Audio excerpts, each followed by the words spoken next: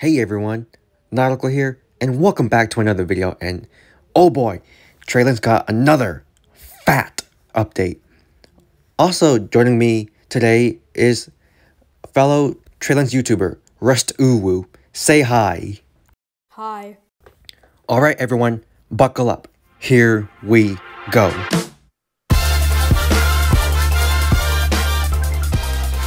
Before we begin, I would like to make a trade offer with you. You give me your subscription and I will give you free Tradelands content. What have you got to lose? Go subscribe right now if you haven't already. Now then, let's get right into the video.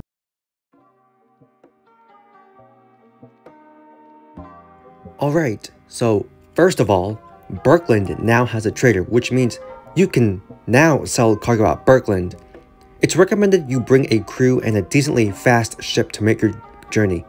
These first few days will be wild, since a lot of ships will be sailing to Birkeland, so be careful. I've noticed that the border to Birkeland is now shorter, which means it will take less time to sail to Birkeland now. I think the trading experience has gotten a whole lot more fun and interesting. Alright, so the Birkeland trader is located at the western side of the giant center island. The sell value here is pretty good for the distance traveled, I'd say. The values you see here are crates bought at Nova.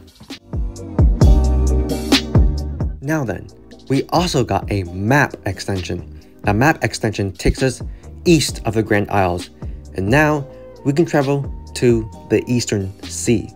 The Eastern Sea consists of two islands, Weymouth and Corsica. To get to the Eastern Sea, it's fairly simple. Just sail east of the Blackwind Cove. Both islands in the Eastern Sea have traders, so you can trade cargo to these islands too. Okay then, so Weymouth is a small island with a few houses, and Corsica is a swamp island. It's nice we got another map extension which includes 2 more islands. Makes exploration more fun and interesting, but this begs the question, will we be able to sell to Inyola or Pashovia or any other island in the future? Only time will tell, but it's nice to get these extensions once again. Okay then, let's head back to the newly refurbished Blackwind Cove. Rusty, you take over this one. First off, the cove has gotten a lot bigger. The rows of houses have gotten longer, but there seems to be less trees and rocks now. But believe it or not, the cove now has a new tavern and mineshaft. To get to the tavern, behind the battery, there's a staircase of rocks that lead up to the tavern, located in the arc.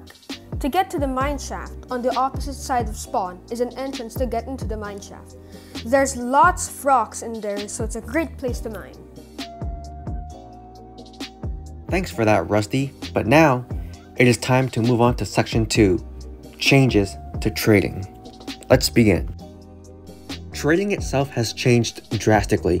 Instead of crates that sit on your ship's deck, they are now actually stored in the cargo hold. You will also notice that there's no more sell pads. You can sell crates directly from the trader. This makes the entire trading experience a whole lot quicker and convenient. If you are pirating, however, to take cargo, you must go to the cargo hold and click take. You must then put it on your ship because dropping in the water will cause the buyer's cargo to reappear on the ship. Furthermore, cargo can no longer be stolen near ports, so ports are now safe zones for your cargo. As mentioned before in the previous section, you can now sell cargo to different regions. That is, Birkeland and the island over in the Eastern Sea. Alright Rusty, now it's your turn. The funny thing is, Gnaw removed ratios from the game, so no matter how many doubloons you get from selling, whether there are lots of pirates or not, the cargo price will be the same. If you are on a trading ship, and let's say you had to leave the game, you got sunk by enemies, or you get combat logged. If you leave the game with cargo on your ship, the cargo does not save on your ship. If you combat log, you'll lose your cargo, and if you get sunk by enemies, the enemy only has an amount of time to get the remaining cargo from your ship before the cargo disappears.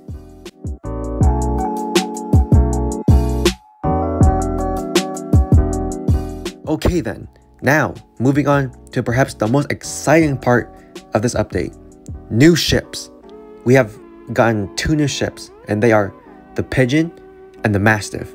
The Pigeon is the newest combat ship, while the Mastiff is the newest trade ship. We actually have finally gotten a new trade ship at last. We haven't gotten a new trade ship since the introduction of the Steam Goose back in August of 2018. So let's go over each of the 2 new ships. Okay then, so starting off with our first ship, the Mastiff. The Mastiff is a level 10 trader. It's surprisingly not that expensive as I thought it would be. It costs exactly the same as the Astraeus before it got removed temporarily. So the Mastiff costs 920 wood, 240 iron, and 88,000 doubloons. Not bad for a level 10 ship. Now then, the stats are quite nice. 22,000 health, pretty robust, the same as the Astraeus. 10 medium cannons on the broadside, pretty decent. However, it lacks stern and bow guns, so you don't want anything in front of it or behind it. 22 cargo.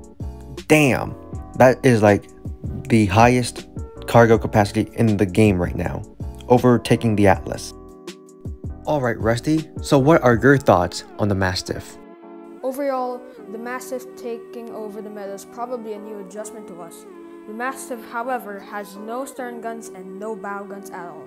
Sadly, it only carries medium long guns and not heavies. In my opinion, NAR should probably add heavy longs to the Mastiff and add stern guns for better defense against plunderers. Now then, let's talk about the new level 10 combat ship, the Pigeon. The Pigeon is, unsurprisingly, at least to me, a wildly expensive ship.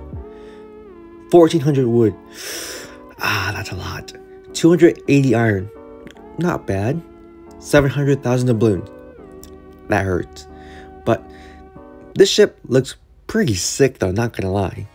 It's essentially an enlarged Widgeon. Now then, let's go over the stats.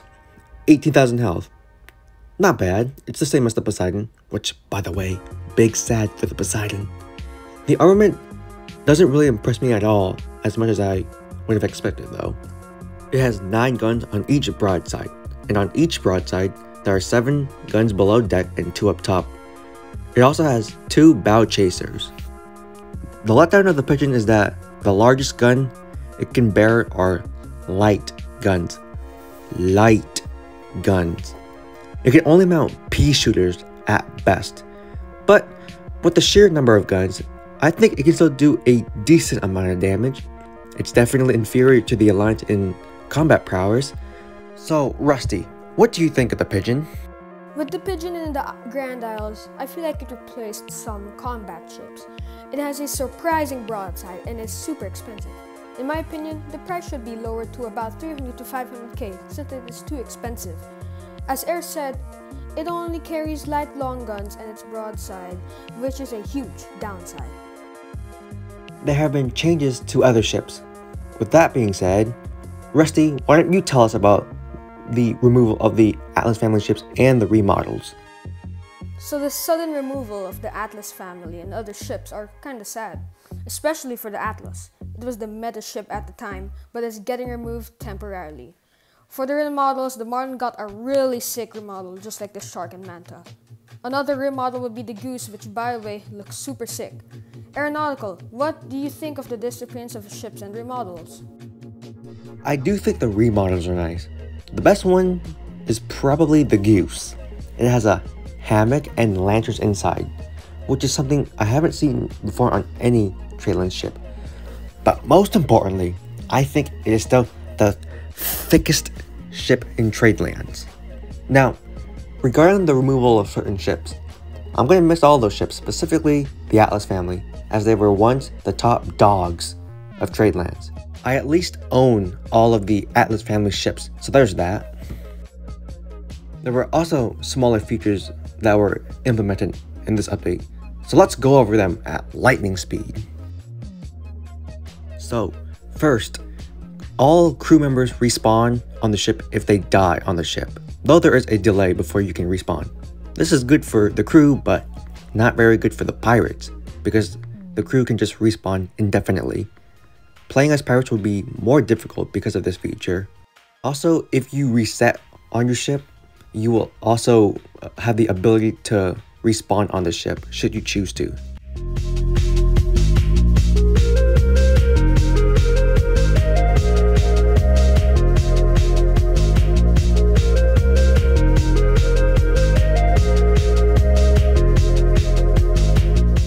A player's location is now saved when they log off.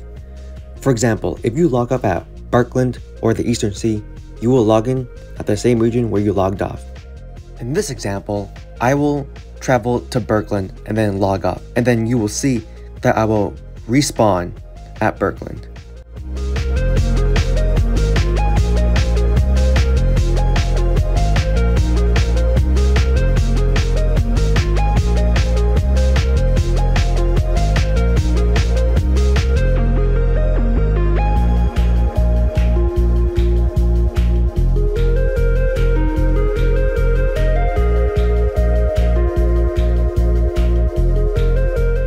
If you log off at sea and you have cargo on your ship, the next time you log in, all of that cargo will be dropped, regardless if there were enemies nearby or not by the time you logged off.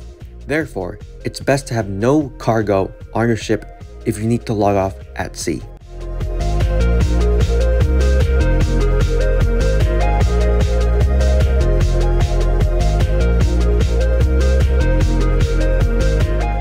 NPCs have gotten new models, which, if you're wondering, look like this. The NPCs wear the Navy uniform at their respective faction's island. For example, Whitecrest will have NPCs that wear Whitecrest Navy uniforms. There have been cargo buffs and nerfs on some ships. Here are the changes. The listed speed in the ship rate now details the actual maximum speed of a ship can achieve rather than the overall rating. Most ships have had an increase of 2 points to their speed ratings because of this new measurement system. Wait a minute! And finally, some bug fixes.